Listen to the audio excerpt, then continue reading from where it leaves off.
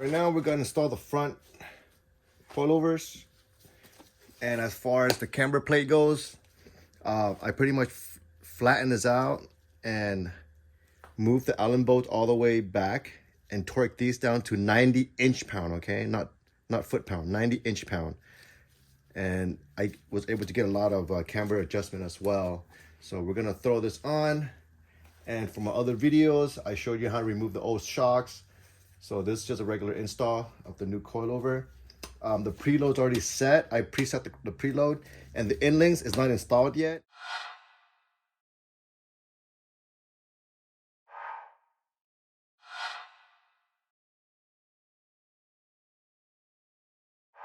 So I'm going to install it last after I have it the ride height I want and the corner balance on the car. So the endlink goes last.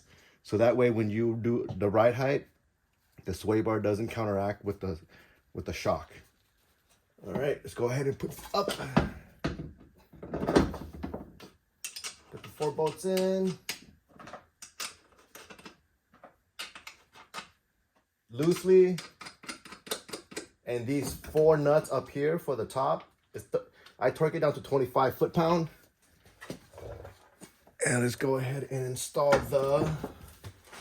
it's gonna be a little tricky. So what I use is some 2x4s, put some lug nuts on the rotor,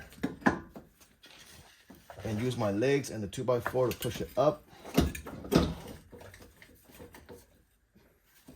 And I supply the new camber bolts for the top part.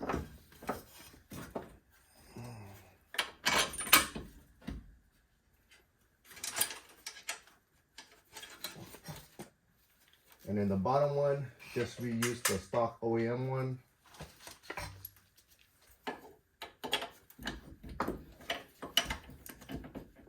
And normally this would go on this side, but I flipped it over because it's gonna hit the caliper.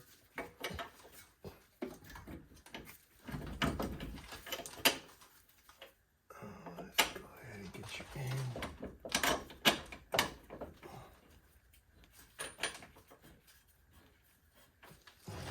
It's in. Let's go ahead and tighten up the knuckle bolts.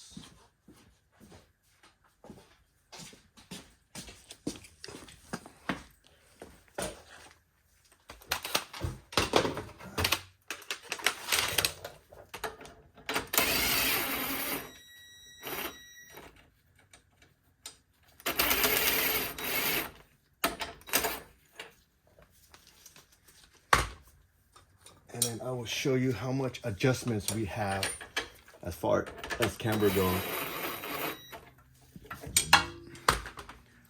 So right now, this camber plate on top is pretty aggressive.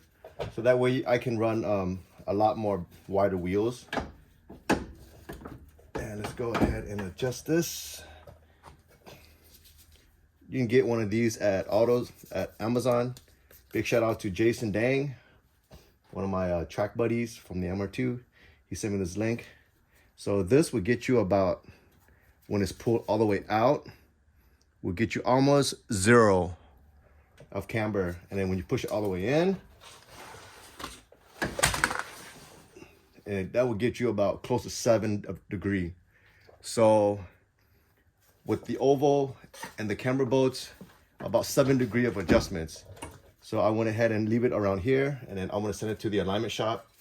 He's gonna do the alignment to the spec, adjusting from the camber bolts, not from the top hat. Okay, let's go ahead and install everything. And it looks tight. I want to pull all the way out so that way I can clear the wheels.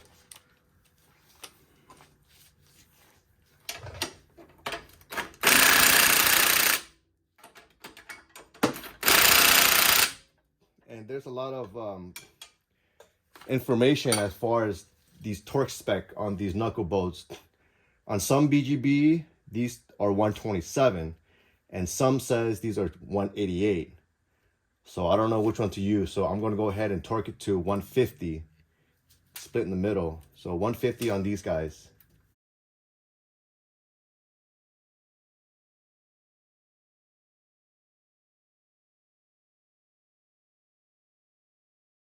okay? And again, the endlinks goes last after I do the ride height and alignment. And then what you want to do with this, as far as the endlink goes, is you want to drop the car, make it parallel to the ground, and adjust the endlinks from there. So let's go ahead and do the brake line. There's a C-clip.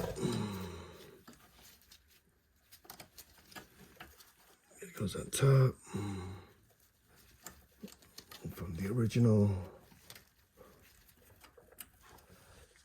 And the C-pin.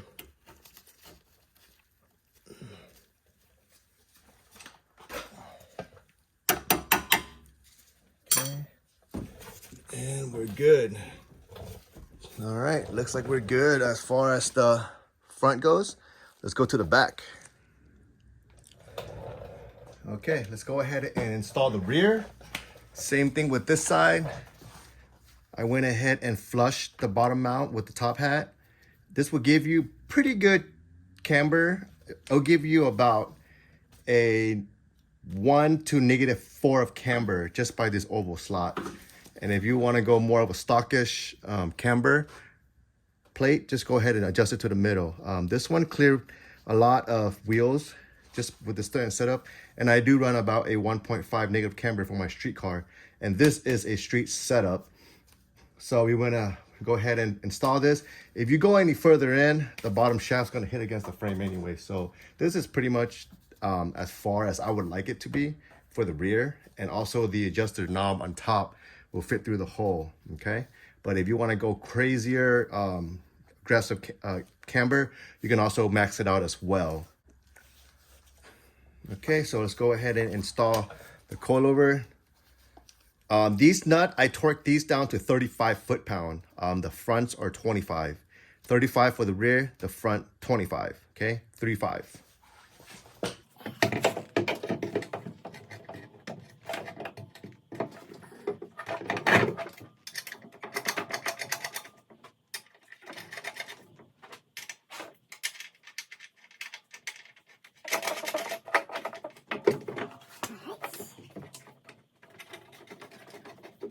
Okay. Let's go ahead and install.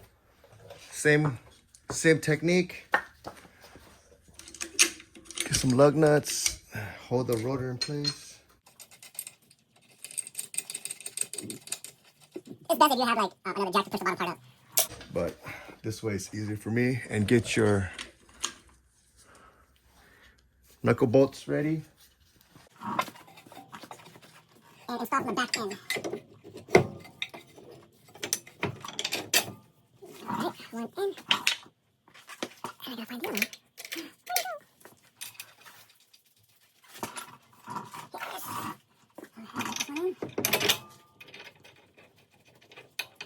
Okay, let's go ahead and get our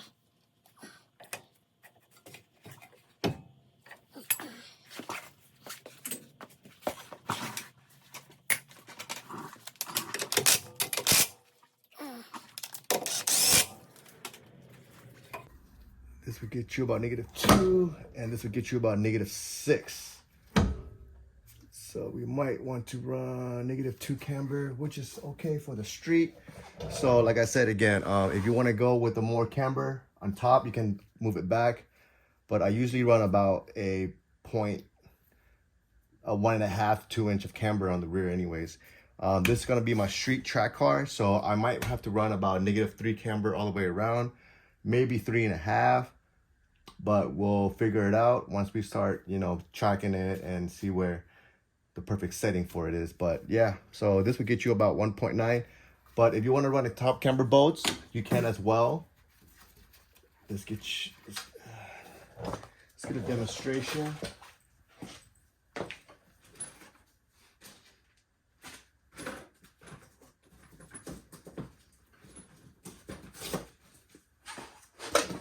So this is the part number for this guy. So the shaft in here is a lot smaller. So you can actually do a lot more degree of camber when you put these ones on. So these will be included on my street coilovers. demonstration.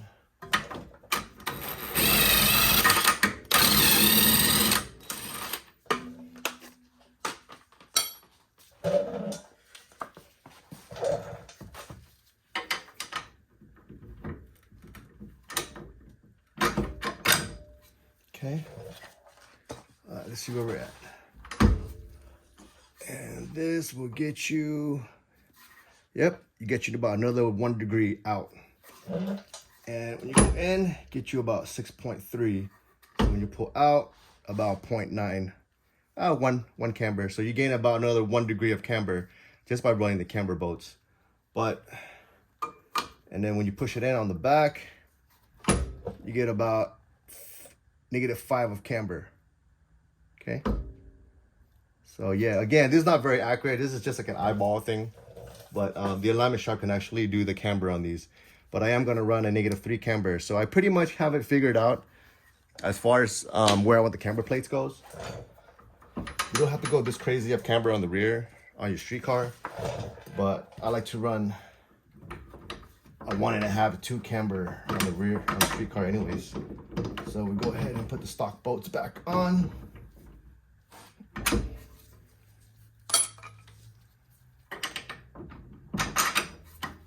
Okay. And we're gonna pull it all the way out.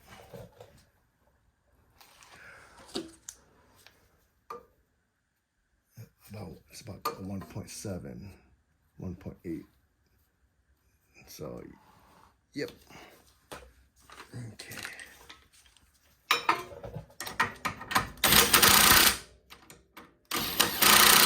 And again, I want to torque this to 150 foot-pound since a couple BGB doesn't give me the right value on them anyway. So we'll go ahead. And as far as the bracket goes, let's go ahead. And these are actually designed for stainless steel brackets. You can just bend this down.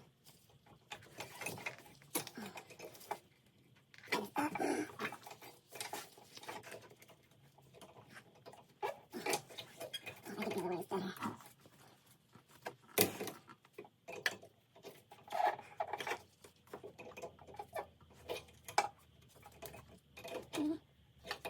This comes back up. Okay.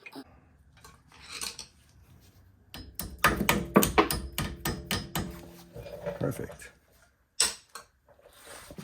So yep, C-clips in. Okay, and again, we're gonna do the we're gonna connect the endlinks after we do the ride height and the corner balance on the car. So, and then you want the sway bar to be parallel to the ground once the car is on the ground, fully seated on the ground. So adjust that to the endlink, adjust it right here, and then when you jack up the car, just tighten the nut to lock the nut in, and we're pretty much good to go.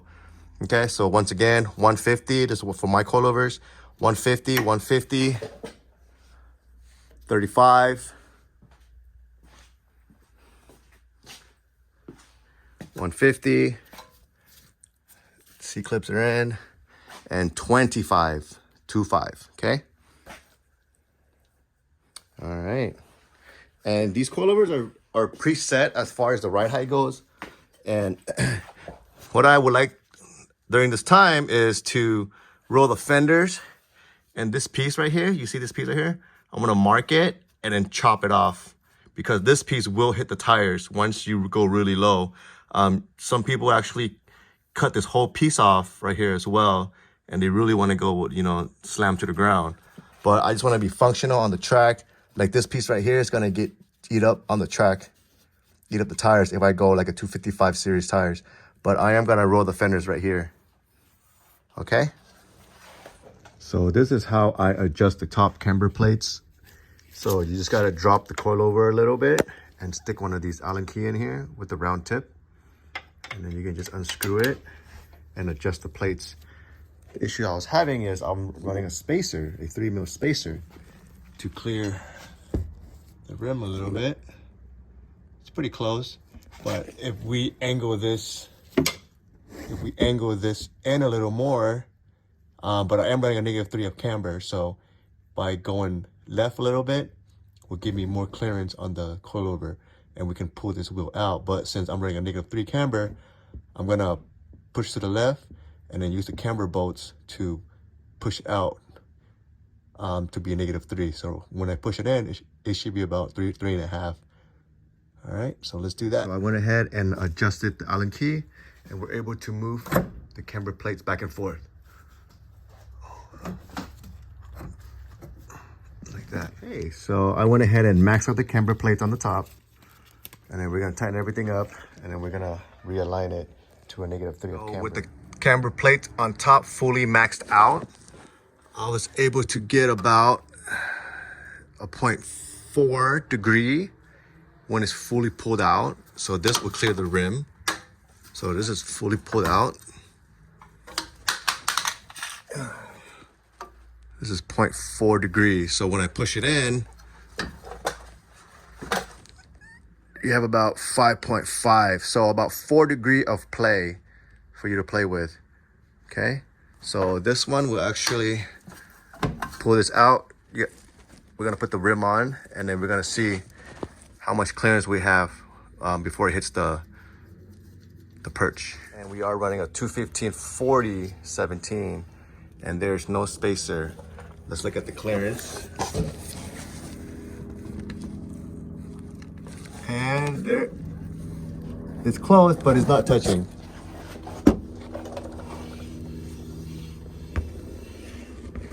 There we go. Pretty good. And again, this is like a 0.6 of 0.5 of camber, which is pretty much 0. And that's how much clearance we have. So when I push the tire in, it's gonna rub.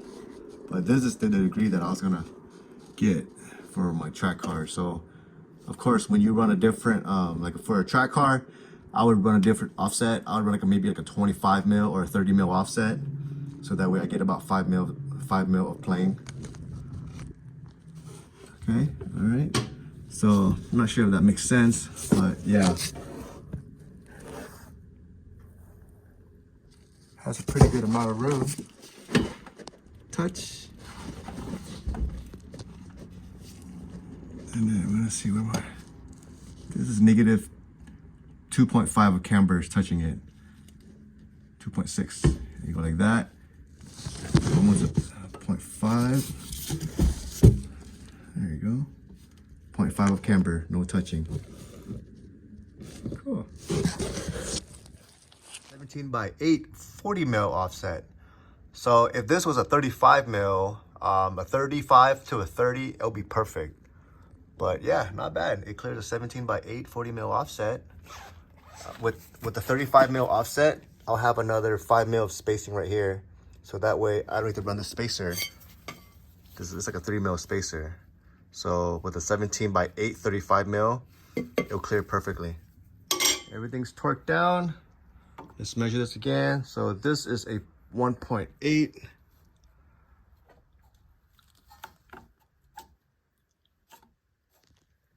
So when I drop the car, this should be close to -3 of camber, because remember, it's gonna go up a little bit. So yeah, pretty good, pretty close.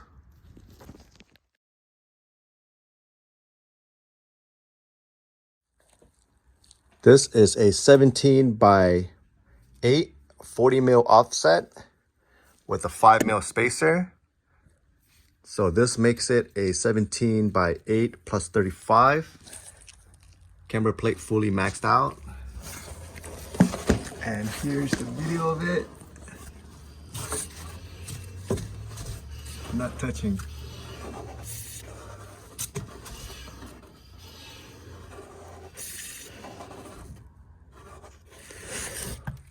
So the sweet spot for the front is a 17/8, 30 mil offset, and that's gonna push it out even more, and it's gonna make the tire a lot more flush with the fender.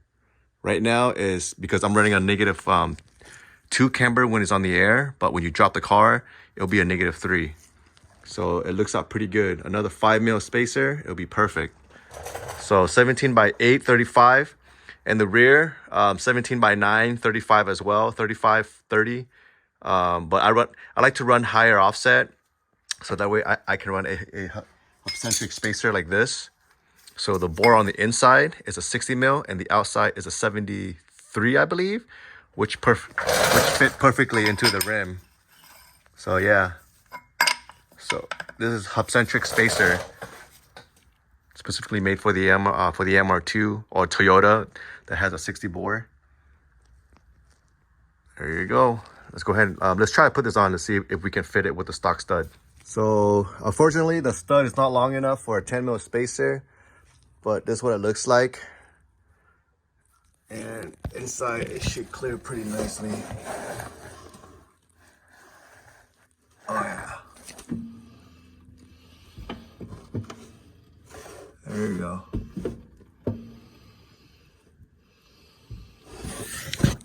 So this will makes it a 17x8 plus 30. Like I said before, the lower the offset, the more the wheel's gonna tuck out, push out, and it looks like it's flushed very well with the car. So yep, the front MR2 would be a 17x8 plus 30 if you want it to be a nice flush look. And this is a 235 4017.